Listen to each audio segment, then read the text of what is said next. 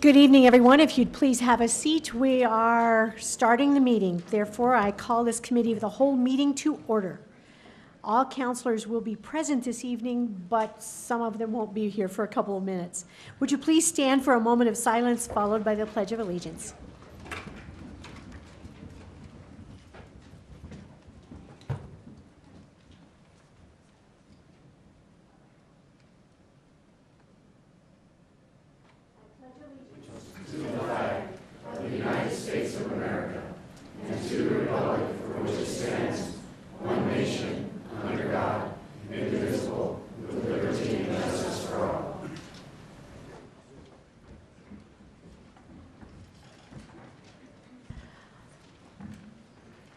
Have a little housekeeping before we start the meeting, and that is, of course, to tell you that Civic Plaza parking passes are provided for members of the public.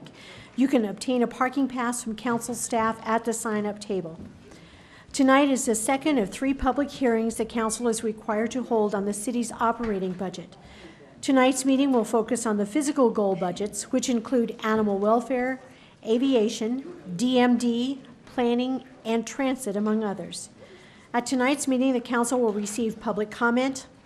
All public comment must be germane to the bills on tonight's agenda.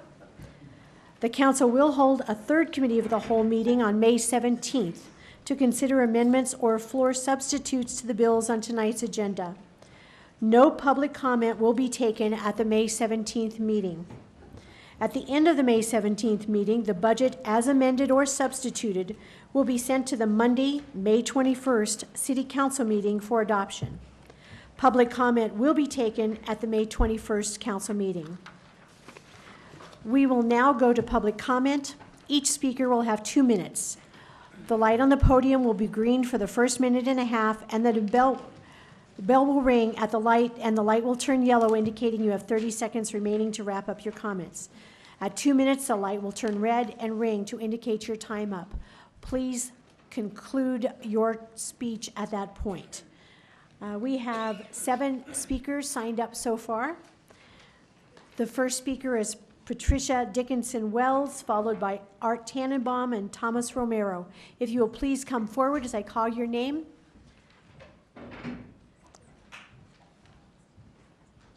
Patricia Dickinson Wells, followed by Art Tannenbaum and Thomas Romero. And if you'll come on down to the front so we don't have to wait for you to wend your way down through the crowd. Good evening, Ms. Dickinson Wells. Hi. I apologize. I was told to come tonight, but this is not germane to the comments that you just made. Then we would ask that you please wait and come to a city council meeting, perhaps. Okay, well, I was told to come tonight. But they have to be germane to budget. This is a budget request. What are you speaking on tonight? I'm fine. Festival Ballet Albuquerque. All right, then this is a budget. This is on the budget tonight. Oh, okay. Thank you. You'll see on the first page, I brought you a packet. I want to thank you, first of all, for the years that you have supported our program. It's very important. The most important ones are, if you'll go to the third, fourth, and last. You'll see the final dress rehearsal that we do is for social, human, health and human resource organizations here in Albuquerque. As you go down the list, this is probably my favorite performance of all year. We open the entire dress rehearsal and fill it with 622 last year. And we would like to continue to be able to do that, and with your funding, we would be able to. And do you have any questions? I'm just asking for continued support. Councilors, do you have any questions? Thank you, ma'am, for being here this evening. Next speaker is Art Tannenbaum, followed by Thomas Romero, and then Wayne Garcia. Good evening, Mr. Tannenbaum. Good evening. During a sustained period of economic expansion, record economic growth nationwide, the past 8-10 years, Albuquerque has fallen behind awfully. This doesn't help matters as revenues are down. Germane to the operating budget, I noticed the general obligation bond measures put before the voters this most recent election. 2 of them were approved by the voters with remarkably narrow margins: public transportation bonds and municipal redevelopment bonds. I think that's an indication that the voters are becoming more discerning and deliberate and thoughtful in what they approve in terms of how our money is being spent. It must be awfully difficult to plan for a budget with capital money when so much is up in the air. The big holdup with the transit fiasco, the big project. The construction is still going on, despite what anybody may say. Out in the university area just yesterday on Central Avenue, there's a lot of art-related construction. The big project is a huge problem. I don't think you're going to get your money, despite the fact that one of the city councilors said that everyone ought to have errors and omissions insurance. Now, when the city council president says things like, the 41 recently sworn-in police officers are a gift to the community, I beg to differ. If it's a gift to the community, that begs the question, where did this gift originate? Same thing with the COO's predecessor, said that the art project would be a Thanksgiving gift for the community. Thank you, Mr. Tannenbaum. Next speaker is Thomas Romero, followed by Wayne Garcia and Ted Pace.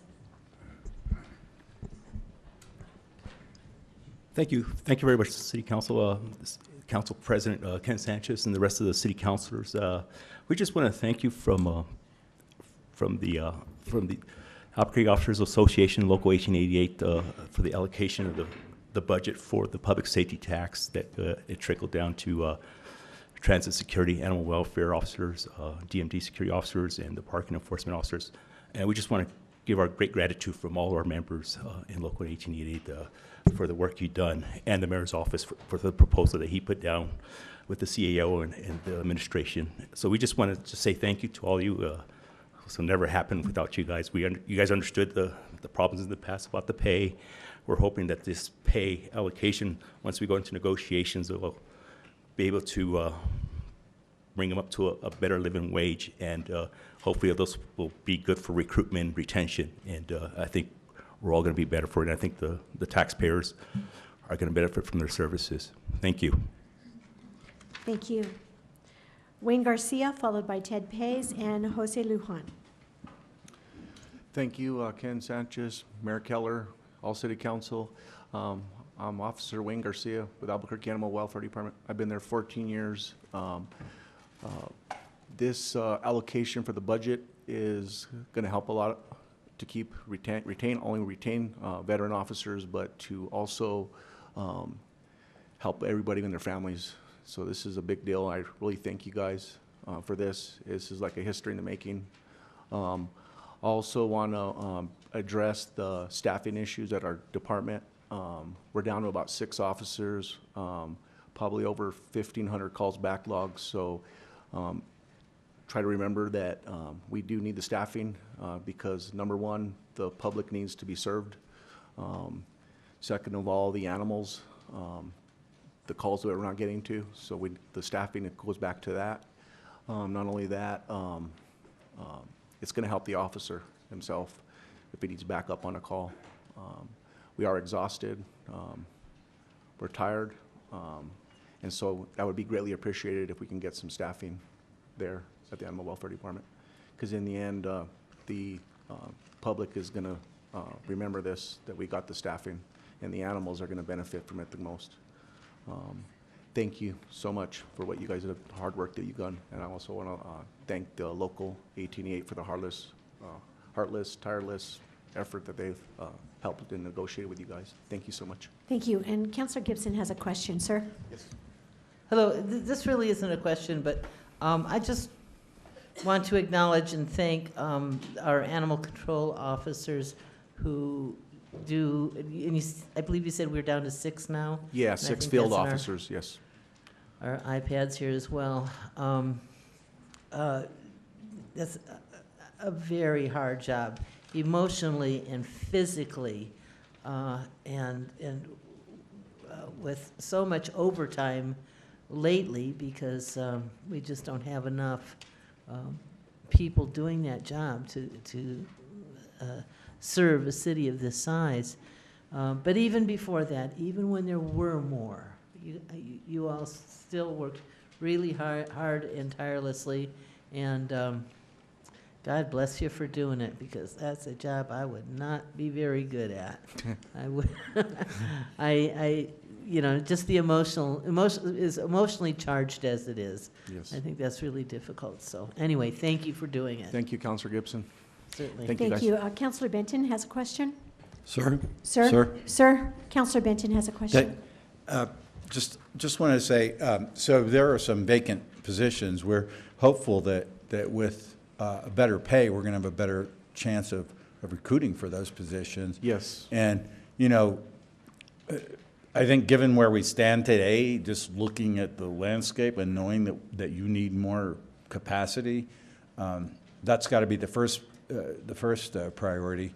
And I would hope in future budgets we're going to increase the number of positions, but it's hard to do that now when we haven't filled the positions we have.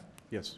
And I just wanted to ask, I know that you have some, lieutenants and captains. They pitch in as well, don't they? Yes, they've been pitching in, and they're going to work the mandatory graveyard rotation too also. Okay. So everybody's going to be pitching in on this one, yeah. And we need to help them out to stick around as well, so. Yes. Thank you. Thank you, Councilor Brennan. Thank you, sir. I think we'll let you sit down now. Thank you. Okay, thank you. Next speaker is Ted Pace, followed by Jose Lujan and Francis Armijo. Ted Pace. I guess he's gone home. Jose Lujan, Francis Armijo, and then Ralph Levine. Good evening, sir. Good evening, councilmen and women. My name is Jose Lujan. I've worked with the transit department for 18 years now, and I've been pretty much on step 2 the whole time, which has really caused, a lot of financial issues and stuff. But, love the job, so I can't. Basically, we wanted to thank you guys, Mayor Keller, the city council, the whole administration for this budget. It's basically, to correct this discrepancy would be a really big help for, to retain better officers and keep them and stuff. I'd also like to thank 1888 for their support, and that's basically it. Thank you, sir. Francis Armijo, followed by Ralph Levine. Hi, I'm Francis Armijo, and I'm with the South Broadway Neighborhood Association. I came as an advocate for the animal welfare group. I told Officer Garcia I'd show up, and I kept my word. 10 days ago, I called to complain about a dog that was being tied with a very short rope, no shelter, nothing. 3 days later, I went to the mayor's office to complain about animal welfare. 5 days later, I wrote an email to Ms. Maestas with a copy to Councilman Benton. 8 days later, Officer Garcia shows up. They're short staff. And I want to, please, if there is money for them to hire more officers, please do it. The one similarity between children and animals is that they can't speak for themselves, and they're dependent on good people to save them from a horrible life. And these people, they just can't do it. If you limit it to, 6? That's ridiculous. It's poor management. I'm sorry, it's poor management. The second issue is the abandoned homes, when it has to do with planning. It's nice to have a task force, but you can't have a task force with 2 people. It solves no problems, and you can't have a budget that only allows you to destroy 10 abandoned homes a year out of 1,300. So please, if you can get money out of somewhere, and I suggest it be out of the police hiring, because you're not going to hire 400 police in 2 years. If you've ever gone to a briefing on how the hiring process begins and ends, you'll know that many are called, but few are chosen. They end up dropping off in their background checks. So I'm just saying, if you can find a little bit of money out of that, please give it to these 2 groups, because as taxpayers, we really deserve better. Thank you. And by the way, thank you, Councilman Benton. I really love that guy. He's good. Thank you. Thank you, ma'am. Ralph Levine is our last speaker.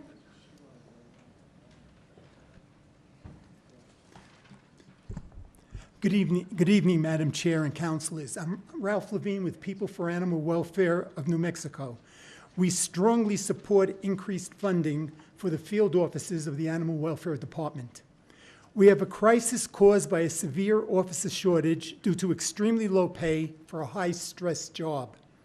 Officers are no longer adequately able to respond to calls for service or enforce our various animal laws. This jeopardizes public safety, the well-being of needy animals, and the peace of mind of all of our citizens. Short-handed officers cannot keep up with the call volume.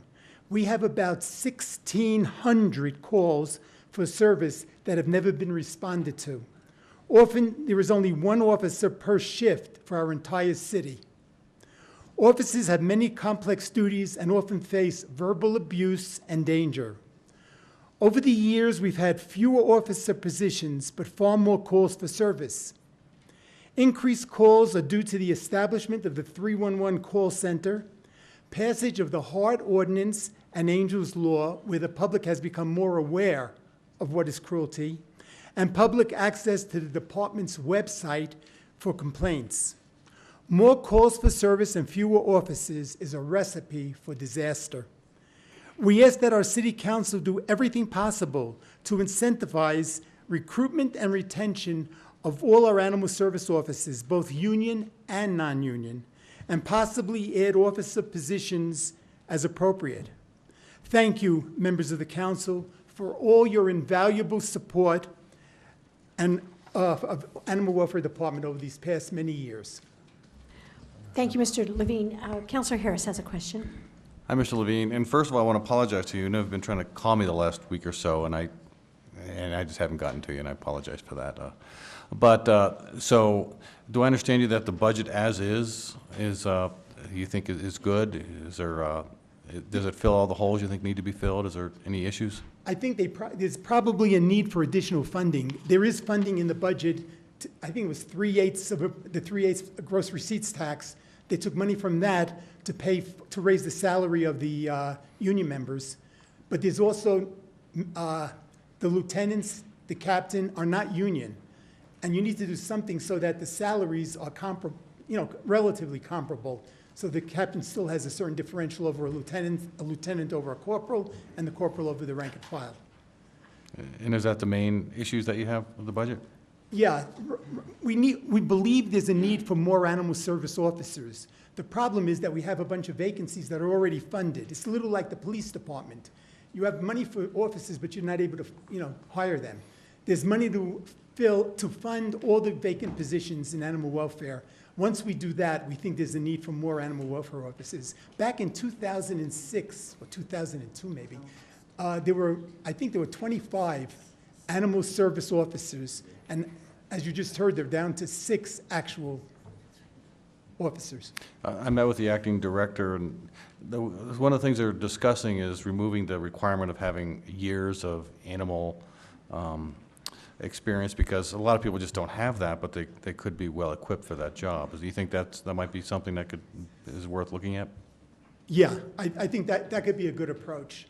You should look at the individual and what experience he does have, how much of it can relate to the job of an animal service officer, and also what his educational experience is. Okay. And does he have pets of his own? That's another good indicator. Okay. Thank you so much, Mr. Levine. Thank you, Mr. Levine. Councilor Sanchez and then Councilor Borrego. Thank you, Madam Chairman.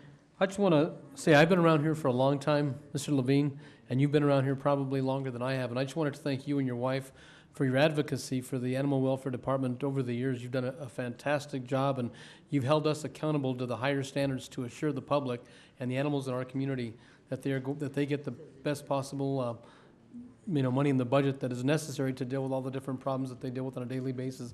But again, I just want to thank you. Thank you, Council President Sanchez. Just a second, please.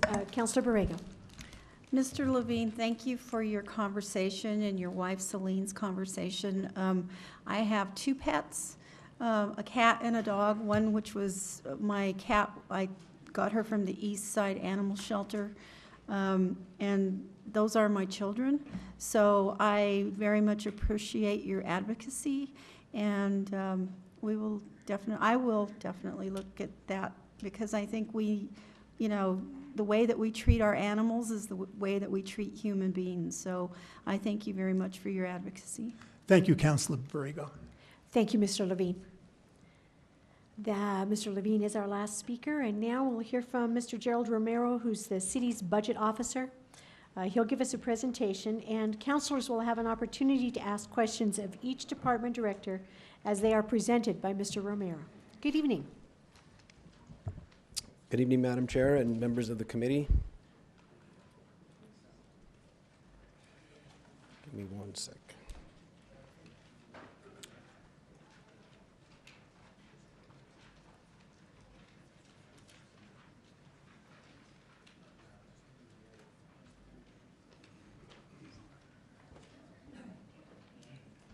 I need assistance here.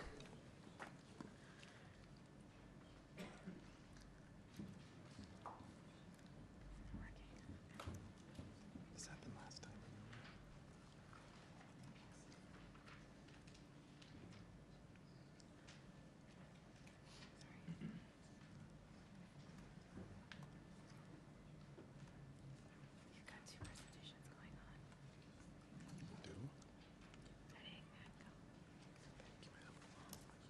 Sorry about that. I'm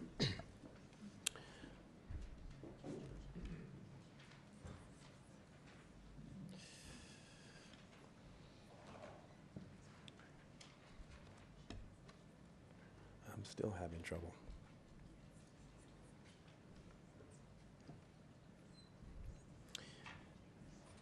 I'm seeing a different view here, so I believe you have hard copies. We'll start with those. And Madam Chair, members of the committee, we have the physical goal departments up tonight. This is the second half of the departments. Okay, here we go. We've changed the order a bit. We have the enterprise departments up first, followed by animal welfare and environmental health, since we have one interim director overseeing both departments right now, and then the rest of the departments are somewhat in alphabetical order.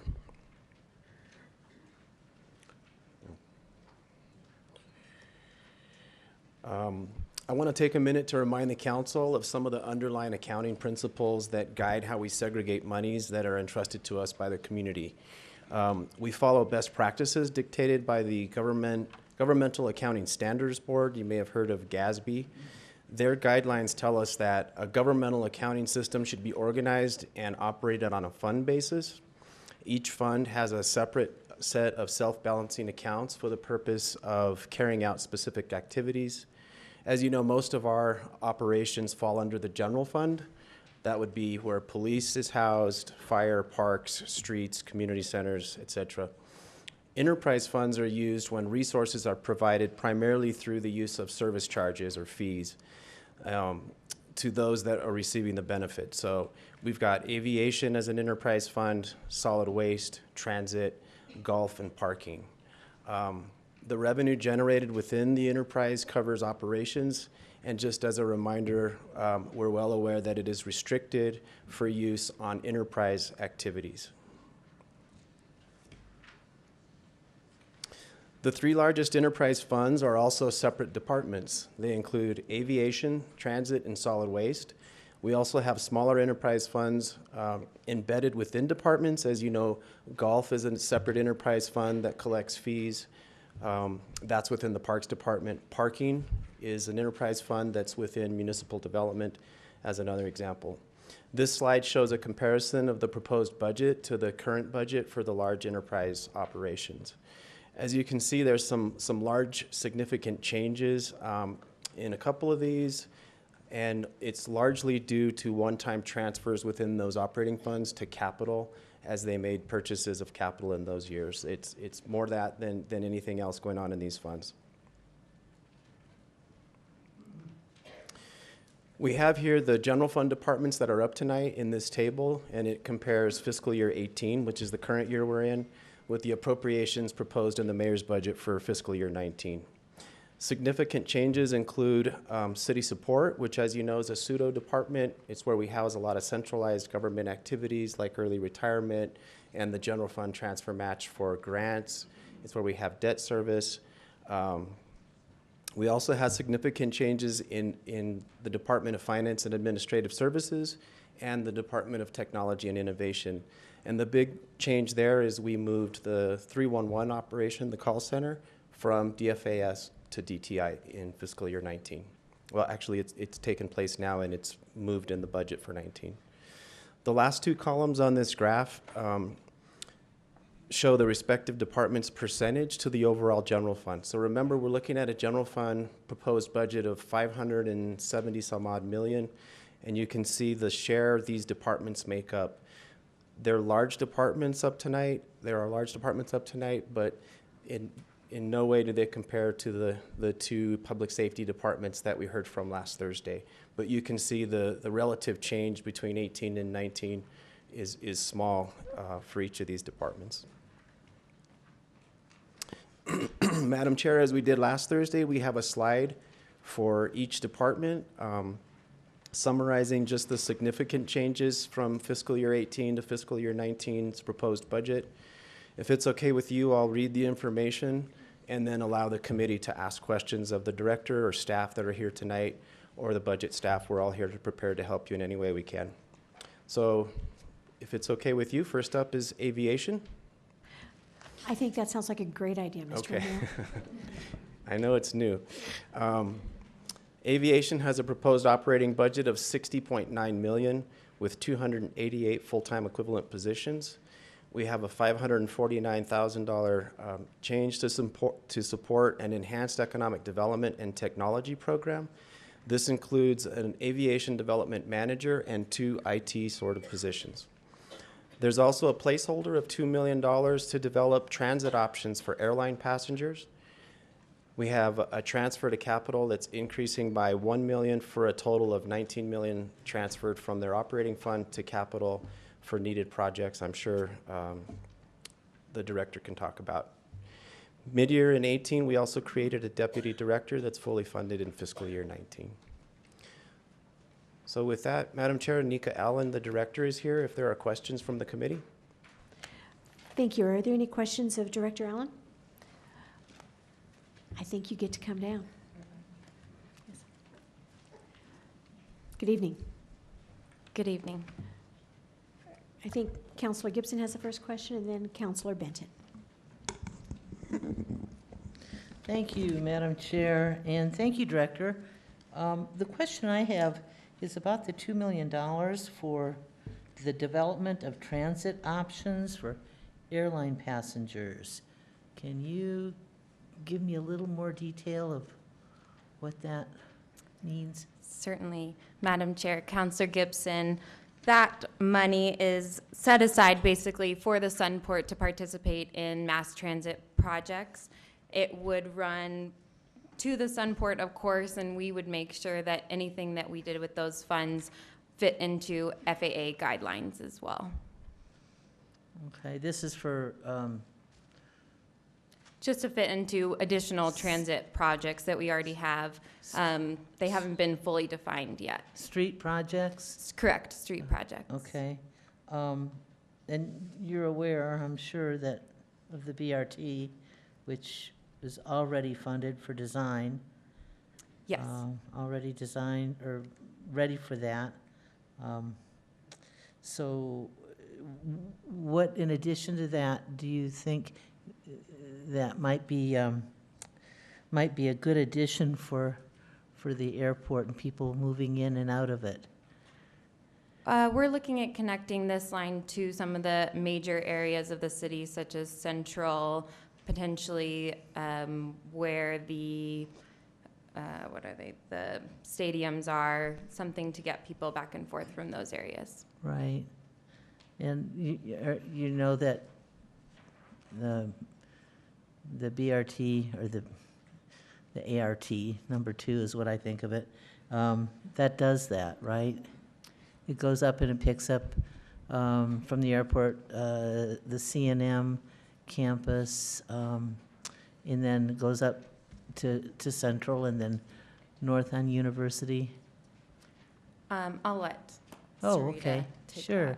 that. Madam Chair, Councilor Gibson, we are aware of the existing plans and ideas around that. I think we also are all aware that perhaps the funding that was contemplated for sort of stage 2 BRT projects may be in question. So what we've asked the director and the folks at the airport to do are to look at the rules that apply to these funds that are specific to the FAA and federal guidelines, and to determine how these funds can be used in transit projects. As we understand it, it would be a pretty strict definition around what we could use it for, probably not everything that is contemplated by some of the airport transit or improvement to existing lines. So as the director mentioned, one idea we had was to make an easier connection to the hospitals, but basically we are just sort of anticipating needing to have our options open for funding the transit systems that I think we've seen that the funding isn't always what it seems to be. Okay, so if I may, one more, please. So you're talking about buses, something rubber wheel then, right? Madam Chair, Councilor Gibson, yes. Okay, all right. So, okay, well, thank you. Thank you, Councilor Gibson. Councilor Benton? I was going to ask about something else, but just to tag along a little bit with that question from Councilor Gibson, I think most of us that travel to cities that are dynamic and things are happening expect to have some decent transit options. You know, some smaller towns you're not going to expect that, but in a city of Albuquerque size, I think most of us who travel fairly often will expect that. And I do use the old number 50 every now and then, but it doesn't, only part of the time does it really meet my needs.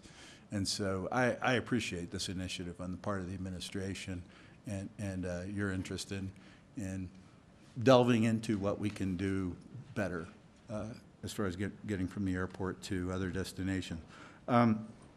What I wanted to ask about was the economic development activities, and I know you're probably still getting up to speed on that. I mean, they're surprising and exciting opportunities, of course, with the old runway area.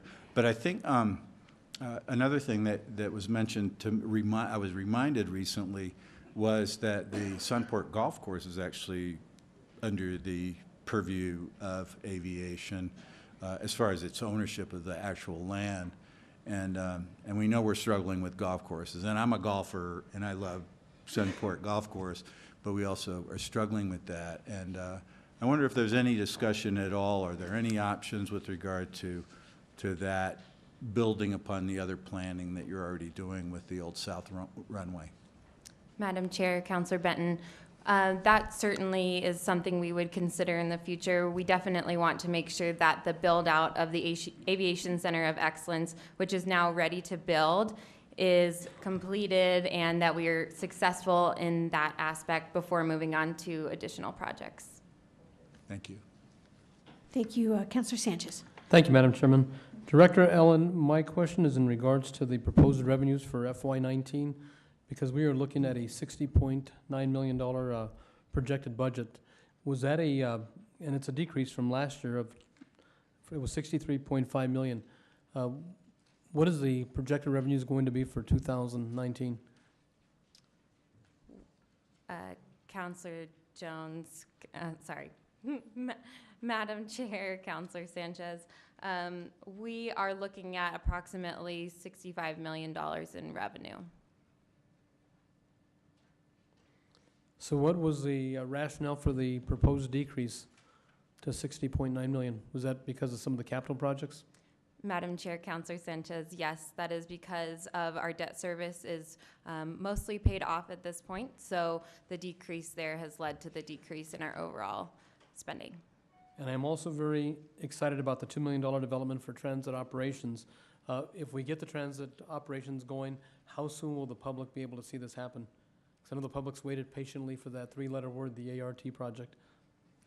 Madam Chair, Councilor Sanchez, thank you. I think we certainly have some work to do on our end in working with the city and transportation department to figure out the best solution and how we can invest that money. Thank you, Director Ellen. Thank you, Councilor Sanchez. Councilor Borrego? Good evening, Ms. Allen. My question is related to the $549,000 for economic development and technology. And while I understand the airport is sort of a remote location, there is a lot of remote activity that happens in our society these days. And so I guess my question is, we have an economic development office, and we also have an IT office. So, you know, why would these positions need to be funded to be included at the airport? Madam Chair, Councilor Borrego, that is a wonderful question, and it's because of something called revenue diversion that is guided by the FAA. We really have to spend all of our funds within our own department, and therefore they can't really be living within other departments and us paying for them when they're doing aviation work. So they can't, in City Hall, basically, where they're housed, do work for the airport. Is that what you're saying? Madam Chair, Councilor Borrego, we can pay for certain activities to be done, but in an instance like IT, we already have our own IT department within aviation, so that would just be an addition onto their existing support. In addition, this additional position would go purposefully for our Aviation Center of Excellence and the development around that, in addition to all of the properties that we have on airport properties. So it makes it much more difficult for us to count time when we are splitting it with a department downtown. Thank you. Thank you. Are there any other questions?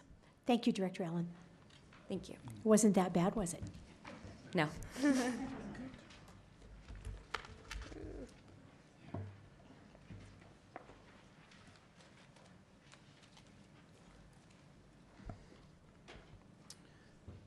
Next up is solid waste. They have a proposed operating budget of $71.5 million with 468 positions. There's a $182,000 increase for a mid-year creation of an administrative assistant position and a solid waste special projects coordinator position. We have $114,000 increase to cover capital improvements coming online for medians that are coming off of warranty during fiscal year 19. We want to highlight there's continued funding of $360,000 to support the Downtown Clean and Safe program, and also continued funding for There's a Better Way program that employs homeless citizens to restore and maintain cleanliness on our city streets. And with that, Madam Chair, we have Matthew Whalen here to answer questions. Thank you. Are there any questions of Director Whalen? Obviously, the department's looking good. Thank you, Mr. Romero. Thank you.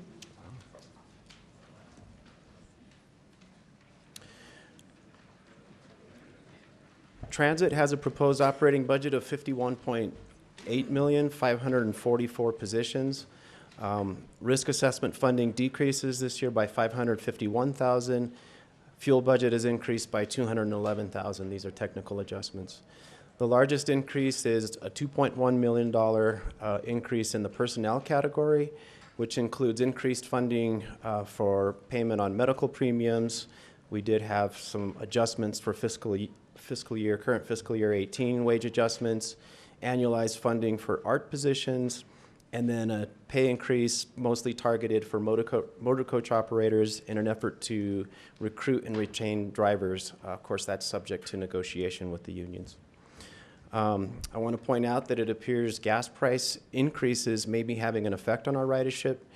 Ridership in April, we learned, is up 3.26% over April of 2017, which is good news. This is our first increase in fixed route ridership since December of 2015, so it's been a while. The transit operating fund is enterprise, like I mentioned, but it is subsidized heavily by the general fund. The general fund subsidy this year is increased by $2.9 million. And we have Bernie Toon here to answer questions, the Director of Transit. Thank you. Are there any questions? Councilor Davis, Director Toon, if you'd like to come up. I guess you don't get off as well as Matt. Thanks, Marty. Thanks for coming down. Mr. Toon, I appreciate it. You and I got to talk a minute beforehand anyway, but I wanted to follow up on one item that I neglected, but was important. Before you joined Transit Department last year, we held a number of hearings at the City Council with Sunvan riders to help improve Sunvan service. We know it's an incredibly important service for people with disabilities.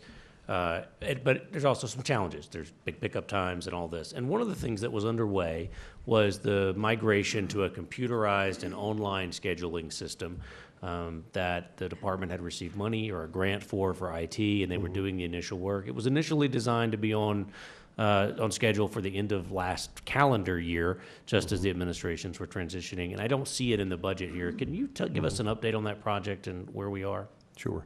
Madam Chair, Councilor Davis, in addition to that also, we're going to be bringing on about 8 more new Sunvans later this year, and so those are in the pipeline.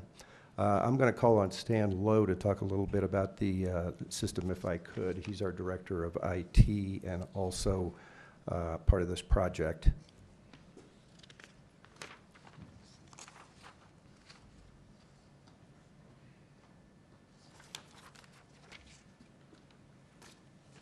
Good evening. Good evening, councilors. In answer to your question, the new computer system is up and operational. The software is the 800-pound gorilla in the transit world. It is called Trapeze. It is up and operational. We are experiencing some of the standard issues that accompany any kind of upgrade. We upgraded hardware and software at this time, so we're resolving some of those issues, but the system is in place, and those who call in to make reservations are being booked on that new system. Thank you, sir. And do you know a timeline or an expectation, perhaps? Do we still intend to allow users to register and create their accounts online so they can do that online and not have to be on hold or call in? I know we were working through some of those issues last year, and that was sort of the long-term fix, was an app or an online reservation system that would limit the call time and the cancellation times. Councilors, the software is designed to accommodate that. We have, in earlier years, determined that that was not a viable option. That conversation has been had afresh. Good. So we'll work with the vendor to determine both cost and timeline for implementing that type of system. That's great. Thank you. I appreciate that. I'd love to keep an update on that. I know we've got some folks that I work with every day that use it and appreciate it very much. And I know we've got some pending appointments to the Paratransit Advisory Board that would be great to have on board as we're sort of working through this new system. I know they're excited for it, so thank you. Thank you, councilors. Thank you, Councilor Benton, and then Councilor Sanchez. Quick question, Director Toon. With regard to the wrapping or advertising on our city buses, I realize they bring in revenue. I have sometimes gotten feedback from constituents that they feel that the fact that they can't see into the bus from the outside of a wrapped bus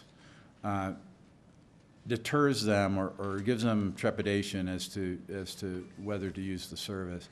Has there been any national study of that kind of thing and any kind of trends of what cities are doing, more wrapping, less wrapping in buses with advertising? Madam Chair and Councilor Benton, technology is always marching in this area, and currently I'm not aware of any wrap technology that has become completely transparent. Obviously, you can see out from inside the bus, but companies are constantly working on this, particularly for some of the more larger size buses that are coming online in BRT systems around the country. I haven't followed that particular area at all, but in terms of the technology, but I'd be happy to do a quick scan and we can get back to you on sort of a short city survey if you'd like, sir. That would be great. Madam Chair, I'd appreciate just taking a quick look at that. Certainly. And seeing what it looks like. It does seem to be a factor, but at the same time, I understand the value of the revenue that it brings in. So thanks a lot. Certainly. Thank you. Councilor Sanchez, followed by Councilor Borrego. Thank you, Madam Chair. Thank you, Director Toon. I have a comment and I have a question. My comment is in regards and reference to the art project. Once it is up and running, I would like to see a study completed to look at building maybe circulators, a couple of them, to transport passengers to UNMH Hospital and also to Loveless Hospital. I think that would be, because the buses will stop at Presbyterian Hospital, but I think there's those passengers that also go to the 2 other major hospitals, and we should have that availability to the passengers that are needing to attend or go to a medical facility. And my question is, in regards to the security, because we basically in our last budget put money in for additional security, and you've got some of those security guards working at this time. Would those security officers be able to go out and also work our parks until the art project is up and running? Madam Chair and Councilor Sanchez, to my knowledge, and I'm going to ask for some help from our COO here, but I will say that we have, I believe it's 13 slots in the art budget for additional security officers. I don't believe any of those folks have been hired yet because we've been waiting for the project to get along a little further. But our security folks, frankly, are pretty stretched right now, and are a small crew for a city of this and a transit system of this size. We have 2 roving vehicles that constantly rotate between a lot of the stops, I'll ask our COO if he wants to add anything, or if Annette Paez might. And it was my understanding that some of those security officers have already been hired. Madam Chair and President Sanchez, we can certainly look at that. Obviously, their security officers can do work. They're not specifically just for transit in a general way. So if we do have some and we're able to deploy them to help on an interim basis as we move the project forward, we can certainly look at that. I know that, as Mr. Toon described, we do have some issues with the current system. We have just not having enough personnel. But we'll certainly look at that. It makes sense to at least use our resources as best we can as we manage to the beginning of the art and opening the art program. Thank you, Mr. Ryle. Thank you, Mr. Toon. Yeah, I would add, sir, if you have parks that are of particular interest, we'd be happy to take a look, as our CO said. Director Toon, I think we have one more question from. We do not have one more question from Councilor Borrego. Any other questions? Thank you, sir. Thank you.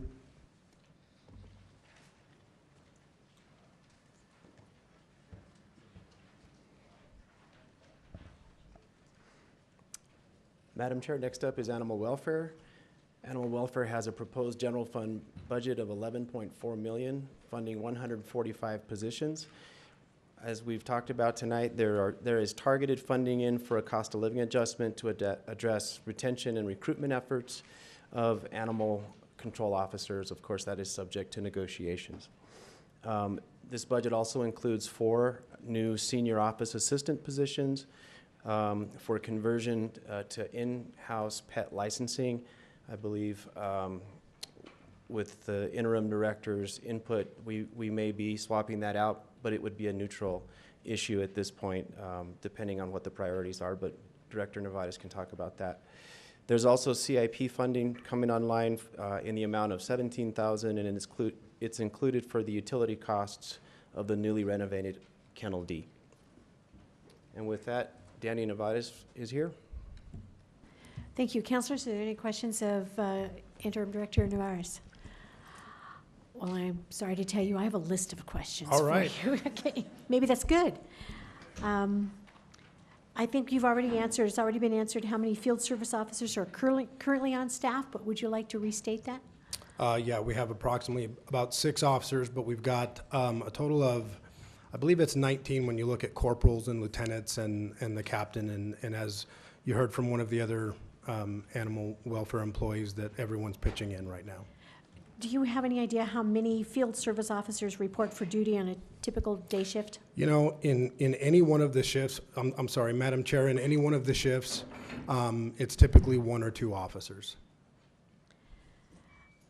And how about on a non-day shift, as in like a night shift? I would say for Madam Chair, for the swing shift as well as the graveyard shift, it's the same. 1 to 2? 1 to 2. Thank you. How many calls come into animal welfare requiring action by a field service officer on a typical day? Madam Chair, right now we're averaging about 75 calls a day.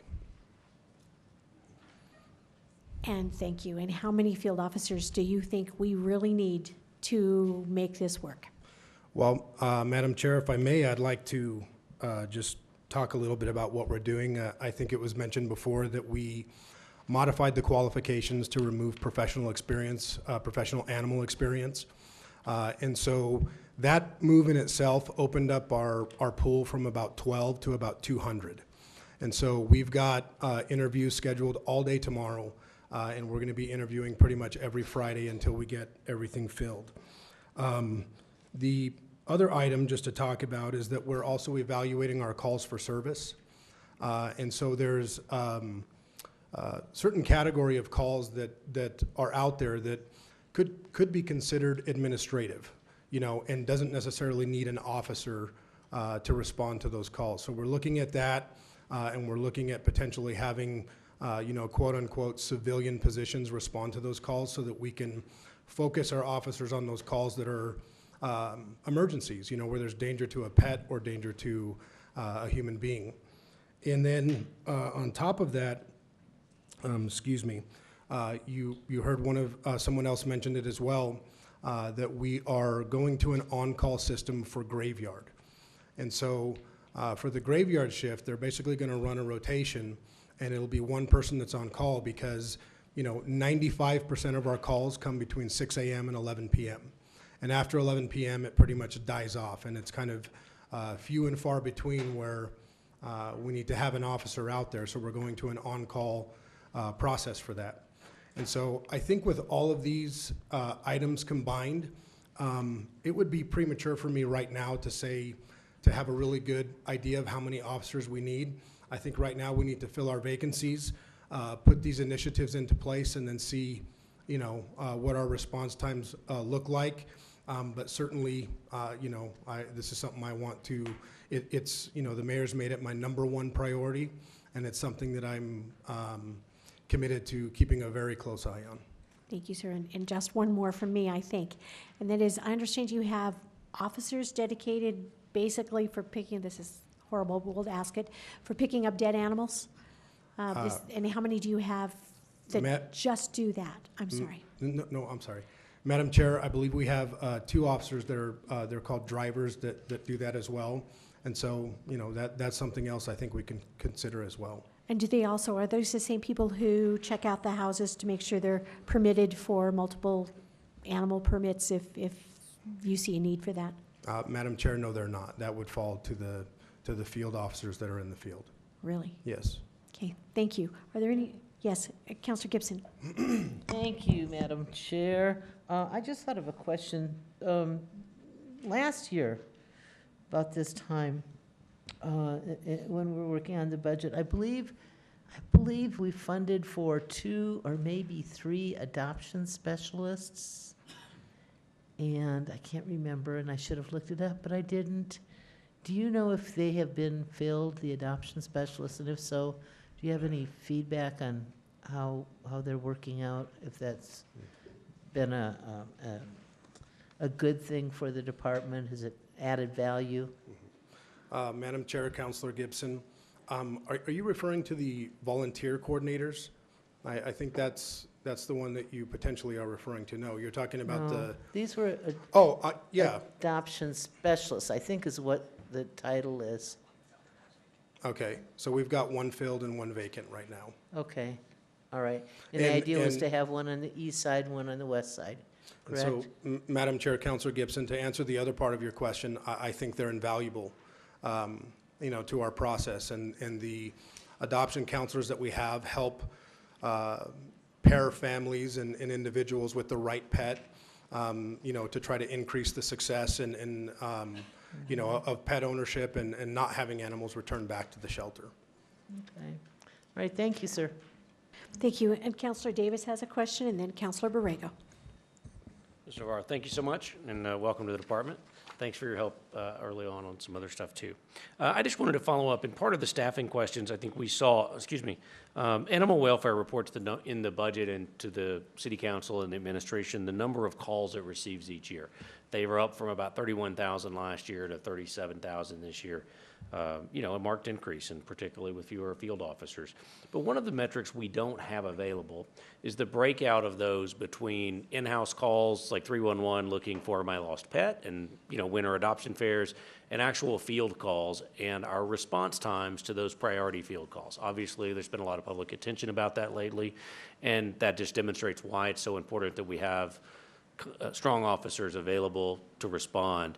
But would the department be willing to help us figure out those stats? In other words, how many field calls come into the agency every year, and what our response times are to those, say, priority one calls, and then sort of the investigate as you're in the neighborhood calls? That would really help us justify and make some of those budgeting decisions, if you could do that. Madam Chair, Councilor Davis, absolutely. Thank you. Thank you. And one more question, I believe, from Thank you, Councilor Madam Borrego. Chair. Thank you, Mr. Nevados. In your proposal, it looks like you're looking to convert to in-house pet licensing? Is that correct? Madam Chair, Councilor Borrego, I think as the executive team and myself have studied animal welfare, I think I've been on for about 40 days now. So we're actually looking to push back bringing licensing in-house. Essentially, there's, just in the field alone, among other issues that exist in the department, we want to prioritize and put our focus where it's most needed. And so, right now we're looking at pushing that back, keeping things as they are, and continuing to evaluate those, the possibility of bringing that in-house at a more appropriate time. So that would be a consideration, I guess, is what you're saying, down the line, possibly. Madam Chair, Councilor Borrego, absolutely. Okay. And kind of a follow-up question regarding the officers. How well do they work with the police department? And I'm bringing this issue up because I had an incident in my district where, and I won't mention any names, but there was a concern from one of the officers that it seemed like the animal service officers and the officers were not really coming together on an issue. So I just wondered, I wanted to bring that to your attention. I know that you're fairly new, and I commend you for taking the responsibility, because this is one of the areas that has been a sore spot to the public. And I know that, I have every faith that you'll try to make it work and, come to a good place, which our animals so desperately deserve. Madam Chair, Councilor Borrego, I'll take note of the issue on the officers and look into that. And to your second comment, I'm absolutely committed to doing exactly what you just said. Thank you. Thank you, Director. I don't think there are any other questions, but I think you're up next, probably. All right. Thank you. You're right, Madam Chair. We have environmental health up next. I think I've got Danny wearing 2 or 3 hats here tonight. He's interim and acting in both departments. Environmental health has a proposed general fund budget of $3.1 million, funding 30 positions. The air quality fund, which is also housed there, is a budget of $3.4 million with 29 positions. Really, both of these are maintenance of effort budgets in both funds. Technical adjustments here, $20,000 in fleet, network, and risk expenses, and then an increase of $64,000 for indirect overhead paid by the air quality fund to the general fund. Are there any questions for Director Nevados? Are there any questions? I just want to tell you, you're doing a great job with the fugitive dust. I love that term. So, thank you. Finance and Administrative Services. This has a proposed general fund budget of $9.5 million, 74 positions. There are several other funds housed under finance totaling $60.2 million proposed in this budget, paying for 80 positions. As we've mentioned, the 311 Citizen Services Program with 51 positions and a budget of $3.6 million was transferred mid-year to the Department of Technology and Innovation, where we think they can better prepare the city for the ongoing shift in using more online tools to receive and process these requests. I believe it's a better fit. There's also funding of $89,000 for a position to be added in the director's office to evaluate processes and performance metrics throughout the city. This amount includes salary and benefits. Highlights and other funds, this department also has the Lodgers Tax Fund, Fund 220, and the Hospitality Fee Fund, 221. In both of these, we've got transfers that are sending money to the general fund where we have commitments for the National Senior Games, as you know, which will take place in July of 2019. Within risk management, there is a trade of contractual for positions, neutral in that regard. And then in the fleet fund, we have a position and funding of $81,000 that's transferred from APD. You should know that position, though, will stay dedicated to police matters.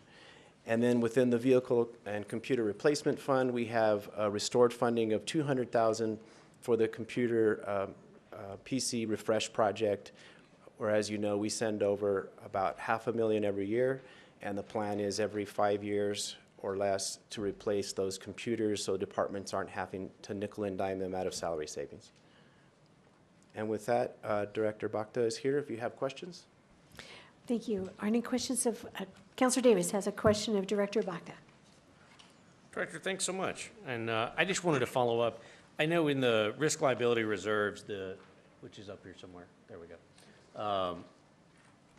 I recall that as State Auditor Tim Keller said that the city needed to add $6.3 million in the next fiscal year in order to feel confident that the risk reserve was where it needed to be, but the administration didn't propose adding any money now. Do we feel better now that our risk reserve is there? I know it's at about 25% confidence level. Madam Chair and Councilor Davis, I think it was based on, the state auditor's letter was based on the city's own evaluation of the fund at that time, which was in fiscal year 2014, that the fund was underfunded by approximately $36 million. And at that time, it was proposed that it should be funded by about $3.6 million every year for next 10 years.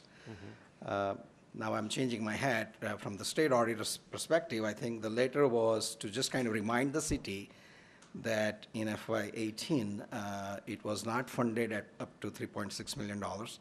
In fact, in FY15 and 16 also, it was slightly underfunded. So if we funded an additional amount of $3.6 million every year, I think that would take us to a point where we would have appropriately funded that risk fund. So this year, we are sticking to that plan, and in our budget proposal, we have funded $3.6 million. So that's based on the FY14 10-year plan. No, and thank you, and I appreciate that. I just want to be sure that we think we are back on track. I know our confidence is increasing at a regular rate now, but I just want to be sure that what we've proposed to reinvest in that fund sufficiently accounts for the years where we overextended our risk because of outstanding payments, mostly on the police side and a few others. But you, as our CFO, are confident now that we're back on the right track and we have the right reinvestment plan to get us where we need to be. Madam Chair and Councilor Davis, yes, if we continue to fund additionally $3.6 million every year, we will be there where we need to be. Thank you, sir. Thank you. Thank you. Councilor Benton has a question. Yes, Mr. Bacta, I have the understanding, which may be a misunderstanding, that the 311 system has its own PIO. Is that correct? 311 office? Madam Chair and Councilor Benton, I'm not too sure about that. I can check. Yeah. Oh, okay. Sorry about that. Okay, if you're talking about Marjorie. Sorry, it's a curveball question. It's not. No, she's not a PIO. I think her position is sort of a community outreach, where she would be going to the events and kind of educate people what the 311 service is about, and provide the tools to constituents about what they can get from the city by calling and things of that nature. All right, good. Well, that helps, because I sort of thought, well, aren't the individual operators sort of PIOs themselves? But They are that certainly, explains yes. it. Thank you. Ms. I think Nair. Ms. Nair. Madam Chair, Councilor Benton, also, just as a reminder, we did move 311 into DTI, so may explain why Sanjay had a moment of pause there. The other job that Ms. Germain is doing is helping to make sure that our departments are following up. So community outreach is also the community internally. She's actually going department to department, and if there are tickets that are open for what we consider to be too long, she actually goes and knocks on their door. So we think it's a really valuable service. Thank you. Thank you. I think that's it. Thank you. Thank you. City support?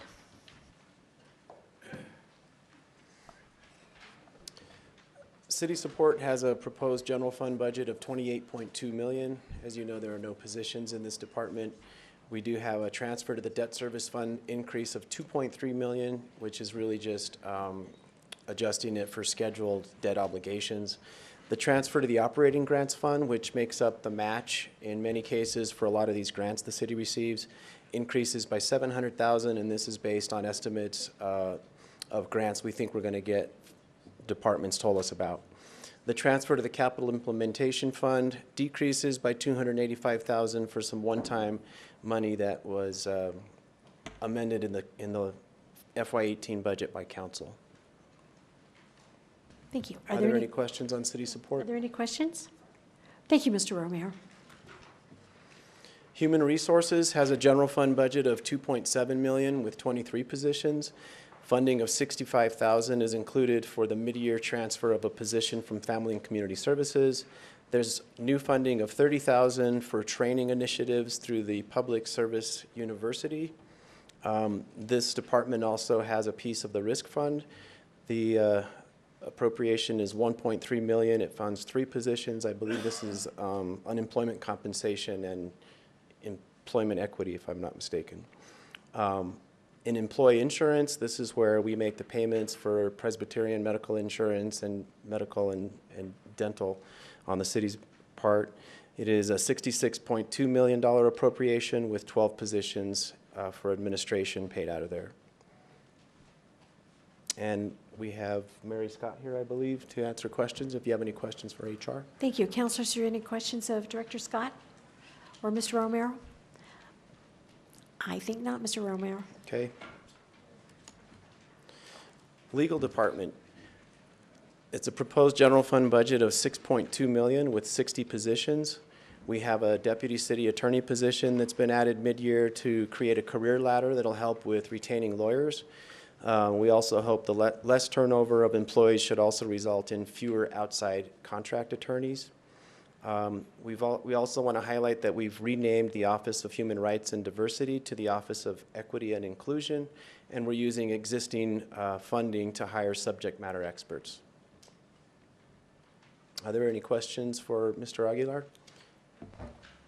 Councilor Gibson? Yes, thank you, Madam Chair. So I have a question about the Office of Equity and Inclusion. And I understand that we don't have an attorney on that, in that department. And that concerns me a little bit. So how are we compensating? Or how will we compensate?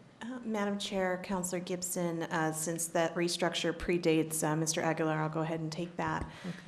Okay. So the Office of Equity and Inclusion over the years has sort of evolved. It started out as just having the ordinance role of serving as the Human Rights Board. And then as the previous folks were in the office, they started sort of adding more things to their mandate, working with living cities, doing other work about equity in the community. What we realized was that it just wasn't an efficient use of resources, and so the folks who are within that office now are focused on those other equity-based projects. And then in the regular legal department, we right now have someone wearing the hat of the human rights officer, but we also plan to use one of the regular legal vacancies to have someone who's dedicated to that position. So we do have a lawyer performing that function who serves the Human Rights Board as well as the ADA Board. All right, that's good to know. That's good to know, because I know that they, many times they were questioned by various different departments for, like grant applications, for example. And so they used to get a lot of calls on that and needed advice. So that hasn't, that, we still have that capability in place, is what I'm hearing. Madam Chair, Councilor Gibson, we do, and I think once we fill this other position, we'll actually have a lot more expanded capacity to deal with these things. As for example, you know, we're all familiar with the ADA issues that we have throughout the city. We think that by pairing it closely with our alternate dispute resolution folks who will be in the same part of the legal department, we may actually be able to handle some of those complaints for the betterment of the community a little more efficiently as well. Thank you. Thank you. Are there any more questions? Thank you, Mr. Esteban. You did very well.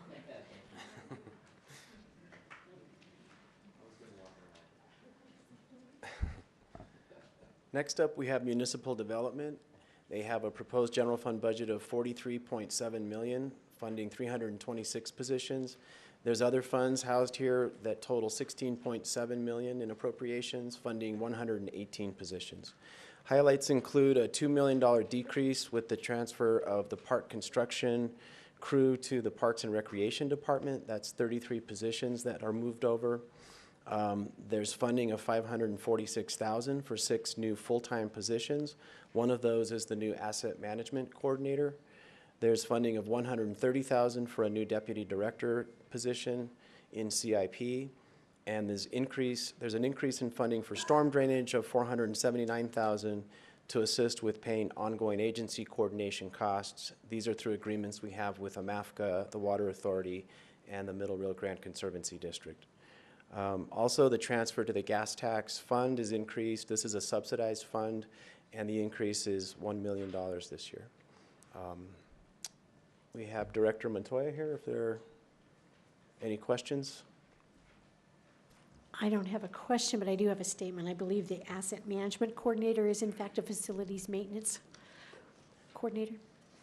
It's the title of the agency. Madam Chair, there's funding. We actually have not created the position, and we can title it appropriately. Thank you, I knew Sure. that. Thank you. Are there any questions?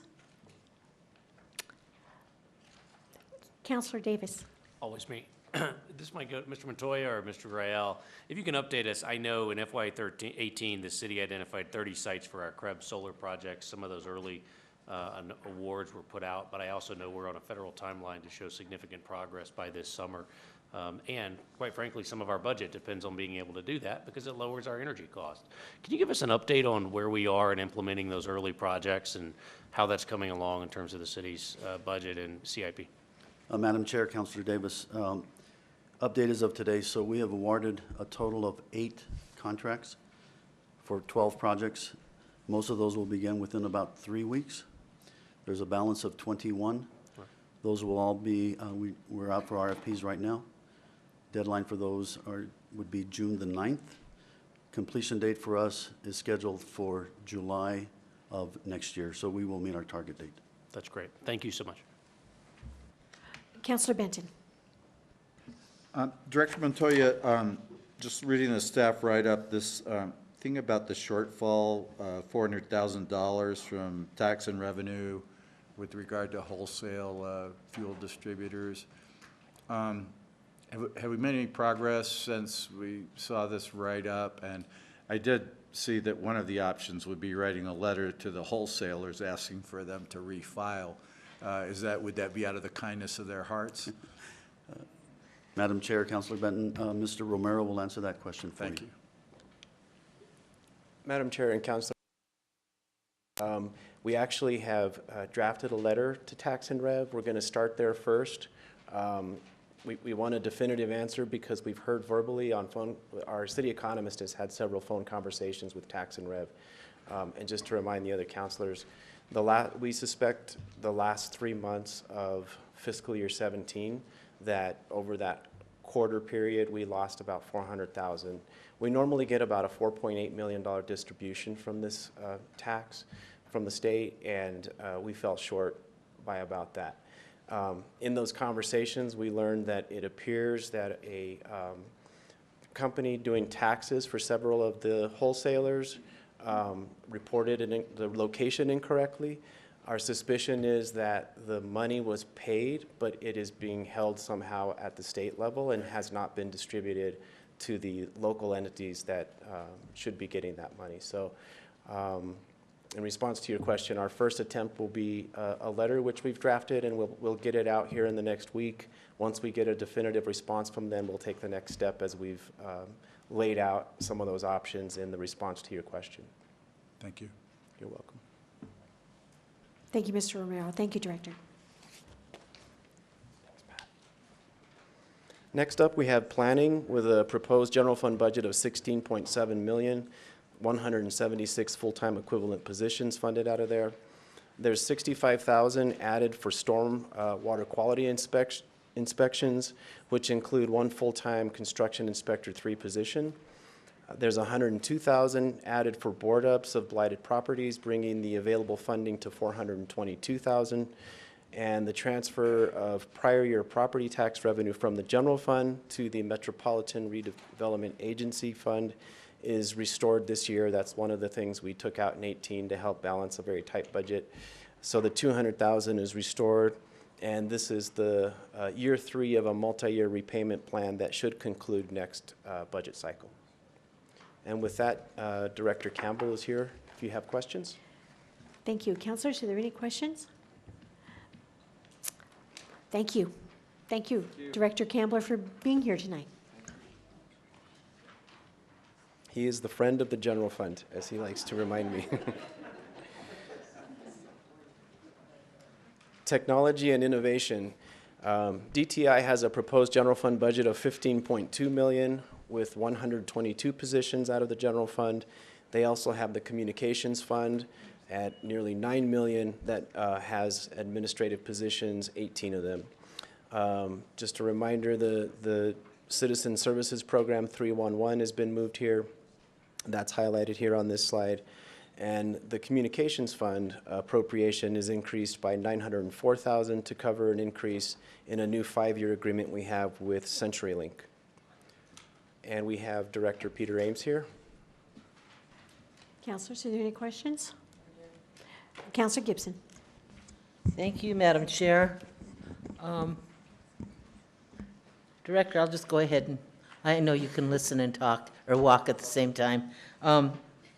So what I noticed missing in this particular budget was funding for the, I think it's the 800 megahertz radio system. And do we have anything put away towards that? That was I think it was tens of millions of dollars for that purchase and installation. Yeah, Madam Chair, Councilor Gibson, we've got an RFP that we're preparing right now to go out to the vendors for replacement of that 800 system. We don't know what it's going to cost based on the proposals that we're going to receive. So, you know, it could be anywhere from $5 million to $30 million, and it's going to be dependent upon the type of systems that are going to be proposed. You know, we've got the requirements of what we need for a 800 replacement in terms of interoperability, multi-jurisdictional integration, et cetera. So once that RFP is let out and we get an understanding of how much it's going to cost, then we'll be able to know how we're going to fund this thing, right? And what the county share is going to be, what the city share is going to be, and you know, how we best come up with the funding sources. So it could be some grant funding, but you know, it's been difficult at this point to say how much money we really need. So if I may, Madam Chair, did we also put out an RFP, was it last year or the year before on this? And not get takers on that? Or is this the first time? This is the first time we've put out an RFP. We put out an RFP a couple months ago However, there was some language around construction licensing that wasn't quite correct, so we pulled it back, and we're making those adjustments right now. So we're working with the county to make sure we've got the the appropriate language around construction licensing that's going to be required. There might be some new towers that are going to be needed to be erected. So with that, you need land acquisition and et cetera. So we need to make sure that the requirements around construction are. I think what you might be referring to is the RFP we did for broadband on Central Avenue. That we did an RFP for. There were no takers. So as part of the ART project, we put fiber in the ground, and it's there now. So we've got an RFP going out now to light that up and provide community broadband for that. Good, good. So, and I know this has come up before in the past, getting this funded. Do we have any funding for this so far? Madam Chair and Councilor Gibson, I'm not aware of any funding set aside in the GEO program, but it is an item that we continue to put in our 5-year forecast. In the most recent 5-year forecast, we allocated an amount for debt service, assuming that bonds would be issued, but in the proposed budget, there's nothing at this point because we have not received back the bids on the RFP. Okay. All right. Well, thank you. Thank you. Councilor Borrego, followed by Councilor Pena. Good evening, Mr. Ames. Correct. So my question is with regard to cybersecurity. And I don't see it broken down, but I imagine that that's something that you are looking at on a regular basis, especially given what happened to us a couple of years ago. I think it was like 2 years ago when we had a problem with some funds that were transferred out.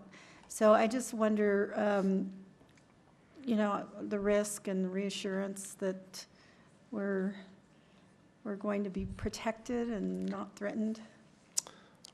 Madam Chair, Councilor Borrego, we're always going to be threatened. However, I can tell you that we've got a very robust cybersecurity model in place, and we allocate staff, we allocate budget, we allocate resources. That we've got a very reasonable cybersecurity model in place to protect the digital assets of our community. So we use. We've got partners in place to help us with our cybersecurity posture, understanding the vulnerability landscape, what the risks are, and then we're constantly remediating various threats. And it's come in the news here recently, the City of Atlanta, the City of Baltimore, Colorado Department of Transportation. All of these agencies have been hit by ransomware. There's been a tremendous cost to the taxpayers in those jurisdictions because of the things that can happen with not having a proper cybersecurity model in place. So we allocate budget for that, and we have a layered security mindset in place for this. And what is the amount that's being looked at on a regular basis? I mean, I anticipate that you guys have a percentage that is being looked at for upgrades to technology, and not just technology, but hardware as well. And I'm just curious about how you project that. Well, we practice asset lifecycle management, so we have a good understanding of what our situation consists of when it's hardware, storage, servers, the cloud-based services that we use. So all of that is built into our R&M budget, and we have a very, we've got a pretty good understanding of what's required to be replaced. And I think the computer PC refresh budget is a good example of that, how we treat that as a enterprise asset, because it really is. When you've got 5,000 PCs and endpoints out there that have a potential cybersecurity risk, you want to manage those in a holistic fashion, and so we really do a pretty good job of that. Also, I'll just put a plug in. The city of Albuquerque is the #2 digital city in the United States in the 2018 Center for Digital Government survey. So it was city of Los Angeles, Albuquerque, and then every other NFL city, pretty much. Appreciate So that. we're right there, I think, in terms of how we're digitally connecting our citizens to services, and we don't have, you know, a $16 million budget. Really, we manage that pretty well, I think. Well, I look forward to the day when fiber optics are going to be on every major infrastructure improvement, every street improvement that we have in the city. I know that's a dream, but, you know, as I said before, without dreams, we're nothing. I think the other question that I have is with regard to, well, it's not really a question, it's a comment. I think that 311 is well positioned in this particular area. And I really do look forward to increased services and better service to our community. One caution that I always say, you know, when we're talking about technology is that not everybody is, you know, online. And I spent, well, I won't go there, but today I paid my bill for online services, and you know, I look forward to competition at some point in time, better increased competition for online services. But thank you, sir. I look forward to watching 311 and how it progresses. Thank you, Councilor. Thank you. Councilor Pena, followed by Councilor Benton. Thank you, Madam Chair. One's related to the budget and the other's not, and I guess maybe it's more of a comment, but I just want to say that I'm really pleased that the administration has decided to move 311 under technology and innovation. It makes a lot of sense. I think we've had that conversation on a sidebar, Sarita. Just, you know, it really falls under IT, because I know that, you know, my policy analyst and my analyst before that was always talking with the prior director about really utilizing the software to its full potential. And, you know, there are so many modules within 311 that haven't been utilized, and I think this is going to be a key move. So good job. The other thing is the fiber on Central. So there's this whole debate on whether, where is it, does it extend to? Where is the fiber? Is it in the entire stretch of the route, the ART system, or is it just in certain sections? Madam Chair, Councilor Pena, it's from Coors to Louisiana. Okay. Yeah. Okay, thanks for the clarity. Thank you. Councilor Benton. Director Ames, just to all these interesting questions, both the very important question of that Councilor Borrego raised about security, and then what Councilor Pena just asked about. I just want to say I really appreciate the high degree of professionalism from your folks, and the responsiveness that we get. And I want to just echo the importance of as Councilor Pena was saying, of this use of data and continuous improvement of the way we deliver services to our residents. And so I appreciate your work. I just want to put in a plug for you. Thank you, Councilor. Thank you, Director Ames.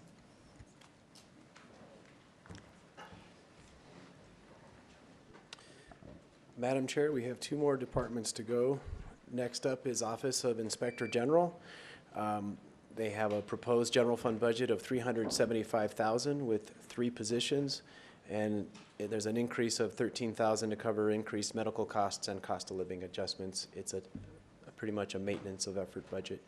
And in the Inspector General, David Harper, I believe, is here. If there are any questions for him. Councilors, are there any questions of Inspector General Harper? No. Go ahead, Mr. Romero. And last but not least, we have the Office of Internal Audit with a proposed general fund budget of $873,000, funding 7 positions, and there's an increase of $24,000 once again to cover increased medical costs and cost of living adjustments for staff. And we have Lawrence Davis here, the acting director. Are there any questions of the Office of Internal Audit? Councilors, are there any questions? There are no questions, Mr. Romero. Thank you. Madam Chair, thank you. Councilor Borrego, go ahead. Maybe I missed it, but I was looking for real property and I just didn't see it. It's in And I'm planning. just curious where they're located and what budget they're part of. Madam Chair, Councilor Borrego, they are part of the planning department, and we Oh. still have the friend of the general fund here if you have questions for. No, I just wanted to make sure that I didn't miss something, so, No. thank you. You're welcome.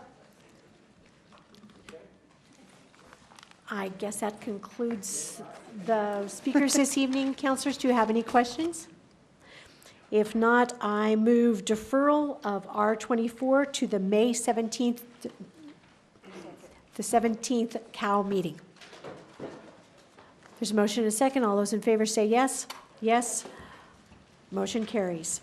And then I move deferral to May 17th of the one-year objectives for the city of Albuquerque. All those in favor say yes. Yes. Opposed? Motion carries. Thank you. See you all next week.